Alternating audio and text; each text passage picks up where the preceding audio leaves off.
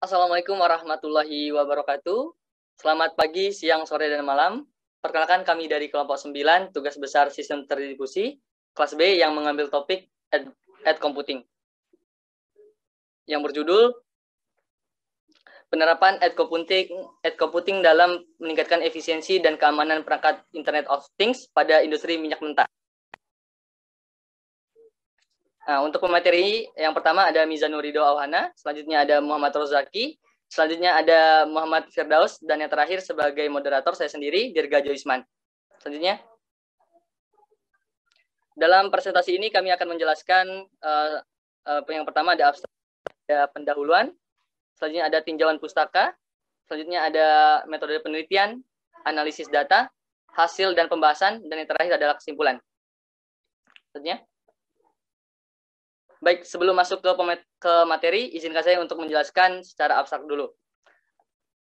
Pada era digital ini, penyebaran perangkat IoT atau Internet of Things terlihat semakin masif. Teknologi 5G pun sudah mulai hadir di beberapa kota di Indonesia. Karena hal ini perlu untuk diimbangi dengan melakukan penyesuaian pada teknologi komputasi. Teknologi komputasi yang ada adalah edge computing, di mana pada dasarnya mengacu pada proses data yang mengumpulkan, menyimpan dan menganalisis di edge jaringan, tempat di mana asli dihasilkan. Dengan metode dasar yang berbasis cloud computing yang dikumpulkan, disimpan dan dianalisis di server atau pusat data. Nah, di edge computing ini ada beberapa manfaat di dalamnya. Boleh di next? Next lagi. Nah, di manfaat edge computing yang pertama itu adalah mengurangi kebutuhan bandwidth, yang kedua adalah mengurangi terjadinya latency, yang ketiga ada fungsi keamanan data lebih terjamin, yang keempat yaitu ada stabilitas data lebih luas. Selanjutnya. Baik, mungkin itu saja yang bisa saya sampaikan abstrak. Nah, untuk penjelasan pendahuluan akan dijelaskan oleh Mizanur Ridho Auhana, kepadanya disilakan. Baik, terima kasih kepada moderator atas waktu yang telah diberikan. Jadi kita akan membahas pendahuluan. Nah, di dalam pendahuluan ini, sebelum lanjut ke proses penelitiannya, kita harus mengetahui 4 pokok bahasan, yaitu ada Internet of Things, Edge Computing, OPC-UA, dan industri minyak. Kita lanjut, Internet of Things. Jadi seperti yang sudah dikatakan oleh moderator tadi, penyebaran Internet of Things ini semakin masif di kalangan masyarakat, khususnya masyarakat milenial. Jadi konsep Internet of Things itu merupakan sebuah konsep di mana suatu benda atau objek ditanamkan teknologi-teknologi seperti sensor dan software dengan tujuan untuk berkomunikasi, mengendalikan, menghubungkan, dan bertukar data melalui perangkat lain selama masih terhubung dengan internet. Nah, jadi di masa sekarang ini kita sudah bisa mengendalikan perangkat-perangkat cerdas hanya dengan menggunakan smartphone yang tentunya dapat memudahkan kita untuk melakukan aktivitas sehari-hari. Nah, namun di tengah maraknya penggunaan Internet of Things ini, ada juga kelemahan yang harus dihadapi bagi masyarakat, seperti masalah keamanan. Nah, masalah keamanan ini disebabkan oleh tingkat latensi yang masih tinggi dari perangkat-perangkat IoT, sehingga diperlukan suatu solusi untuk menyelesaikan masalah tersebut. Nah, salah satu solusinya yaitu edge computing. Nah, di mana edge computing ini merupakan sebuah proses komputasi yang difokuskan untuk memproses lalu lintas IoT atau Internet of Things, dan dalam edge computing ini, dalam penyimpanan data akan disimpan sedekat mungkin dengan sumber data ke pusat data, sehingga dapat mengurangi latensi serta penggunaan bandwidth yang tidak diperlukan. Jadi dengan adanya edge computing, kita akan dimungkinkan untuk memperkecil angka latensi dari perangkat IoT yang kita miliki. Nah, berlanjut dari pembahasan 2 pokok bahasan tadi, kita di sini akan mengangkat topik tentang industri minyak. Mengapa demikian? Karena setelah kita lihat lebih dalam lagi, ternyata di industri minyak juga sedang marak-maraknya mengembangkan teknologi Internet of Things untuk perangkat sensor mereka, yaitu pompa minyak. Mari kita ke bahasan selanjutnya.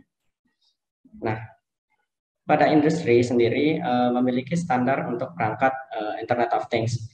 Adapun standarisasinya itu yaitu OPC-UA. Nah, jadi OPC-UA ini merupakan salah satu contoh protokol komunikasi komunikasi industri yang dirancang untuk memastikan keamanan transfer data dan keandalan dari pabrik dan fasilitas produksi ke sistem informasi tingkat tinggi. Nah, jadi OPC-UE inilah yang akan melakukan standarisasi terhadap perangkat-perangkat IoT yang akan digunakan oleh industri. Nah, kemudian mengapa kami mengambil pompa minyak? Jadi penggunaan sensor di industri pompa minyak ini menurut kami ini sangat riskan untuk digunakan. Mengapa? Karena penggunaan teknologi tentunya untuk mengefisiensi. Nah, jadi ya salah satu contoh penggunaannya adalah di pompa reciprocating. Namun demikian, penggunaan sensor ini tidak lepas dari adanya permasalahan baru yang dihasilkan. Salah satu contoh adalah besarnya risiko keamanan yang harus dihadapi akibat adanya latensi yang cukup besar pada perangkat sensor yang digunakan. Nah, oleh karena itu kami berusaha untuk mengombinasikan antara Internet of Things dengan konsep edge computing sehingga akan dihasilkan suatu sensor atau perangkat Internet of Things yang memiliki latensi yang sangat sedikit sehingga dapat meningkatkan keamanan dan keefektifan alat. Mungkin itu saja yang dapat saya sampaikan. Saya kembalikan ke moderator. Terima kasih. Baik, terima kasih kepada Mizanul Ridho Auhana atas penjelasannya. Selanjutnya untuk tinjauan pustaka akan dijelaskan oleh Muhammad Firdaus. Silahkan. Baik, terima kasih kepada moderator. Selanjutnya saya akan membaca tentang tinjauan pustaka. Nah, di tinjauan pustaka sendiri itu terdiri dari edge computing dan model layer pada IoT. Apa itu edge computing? Jadi kalau kita mengacu pada definisi menurut International Data Corporation atau IDC, edge computing itu adalah jaringan mesh pada data center mikro yang memproses maupun melakukan penyimpanan data penting secara lokal dan mendorongnya pada data center atau cloud dengan jarak kurang dari sekitar 100 kaki persegi. Sederhananya, edge computing itu merupakan proses yang dapat mengurangi rute pengolahan data dari lokal ke sistem cloud. Menurut berdasarkan gambar yang ada di slide, bahwa dapat dilihat perangkat yang berwarna hijau itu merupakan representasi dari Internet of Things, kemudian terdapat bagian tepi, kemudian ada cloud, dan ada pusat data. Nah, dari gambar tersebut dapat dilihat bahwa proses lalu lintas jaringan IoT akan berhenti pada jaringan edge computing. Kemudian data-data pada edge computing itu akan kembali didorong pada sistem cloud.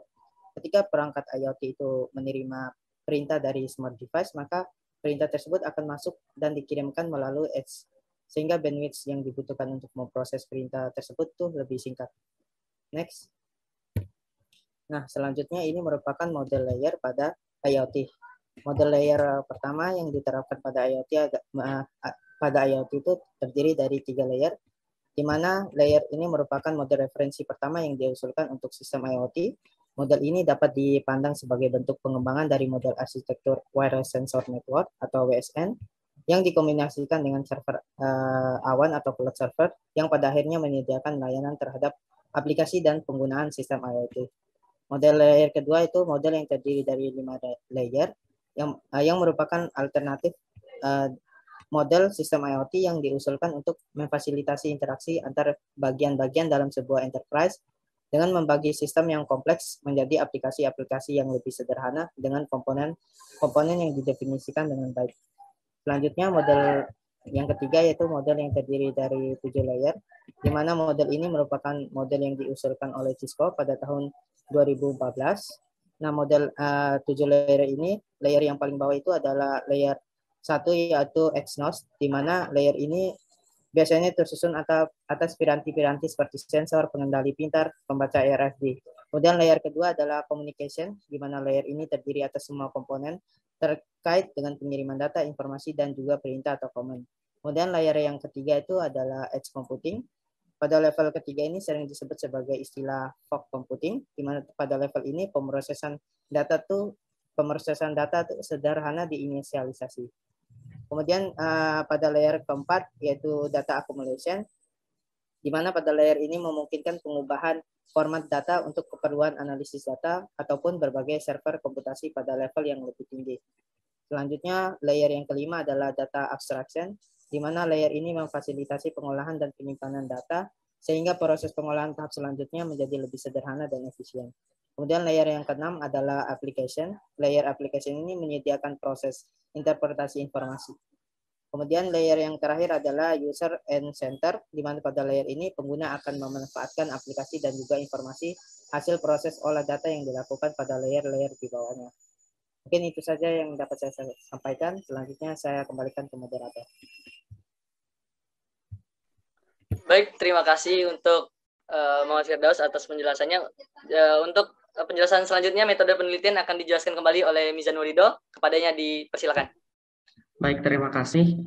Jadi pada metode penelitian kali ini, kami menggunakan metode kualitatif. Jadi metode kualitatif ini merupakan metode yang berfokus pada pengamatan penelitian terdahulu, di mana penelitian terdahulu ini akan dirangkum dan akan disempurnakan sehingga didapatkan suatu kesimpulan yang lebih baik.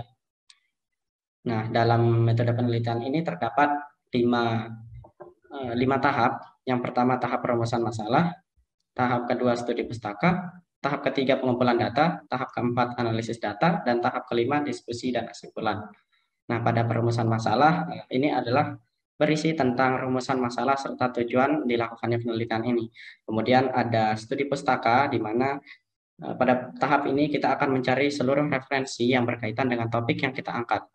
Kemudian di pengumpulan data, kita akan mengumpulkan data-data penting dan terkait dengan topik yang kita angkat dari penelitian-penelitian yang sudah kita kumpulkan sebelumnya. Nah, baru di tahap keempat kita akan melakukan analisis data, sehingga data yang sudah kita dapatkan itu menjadi lebih informatif dan optimal. Nah, baru yang kelima, dari analisis data yang sudah kita lakukan dan tahap-tahap yang sebelumnya sudah kita lakukan itu, bisa kita tarik kesimpulan tentang permasalahan yang sudah kita angkat, kemudian kita buat kesimpulan. Nah, di diskusi dan kesimpulan ini juga kadang-kadang berisi saran terkait dengan penelitian yang sudah dilakukan untuk pembaca maupun untuk peneliti. Mungkin itu saja. Saya kembalikan ke moderator. Terima kasih. Terima kasih kepada Mizanur Ridho atas penjelasannya. Untuk selanjutnya akan dijelaskan oleh Muhammad Rozaki. Kepadanya dipersilakan. Baik, terima kasih saya ucapkan kepada moderator. Dari sini langsung saja saya akan menjelaskan mengenai hasil pembahasan dari penelitian pada kali ini. Nah, jadi bisa jelas pada slide ini ada gambar mengenai bagaimana kerangka dari alat yang digunakan untuk dalam penelitian ini, yaitu adalah triplex reciprocating pump atau pompa bolak-balik triplex. Nah, ini bisa jelas strukturnya di mana dia juga menggunakan sebuah kotak atau bisa kita katakan sebagai inti dari komputernya adalah menggunakan Raspberry Pi menggunakan komunikasi UART. Nah, terus next.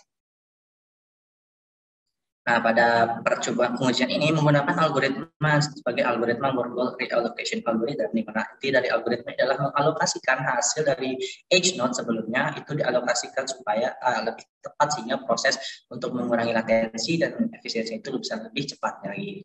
Next.